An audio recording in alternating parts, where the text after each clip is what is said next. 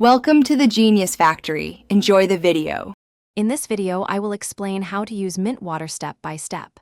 First, gather your fresh mint leaves, ensuring they are clean. You'll need a pitcher and water. Consider using a specific mint variety, such as spearmint or peppermint, for different flavor profiles. This initial preparation is key to a refreshing drink. Let's get started on making your perfect mint water. Now, let's infuse that wonderful mint flavor.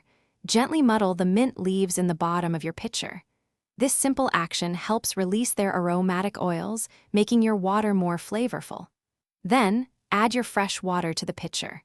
For the best taste, let the mixture infuse for at least 1 hour in the refrigerator. The longer it sits, the stronger the mint flavor will be. To elevate your mint water, consider adding other ingredients. Slices of cucumber, lemon, or a handful of berries can introduce delightful new flavors. Once prepared, store your mint water in the refrigerator.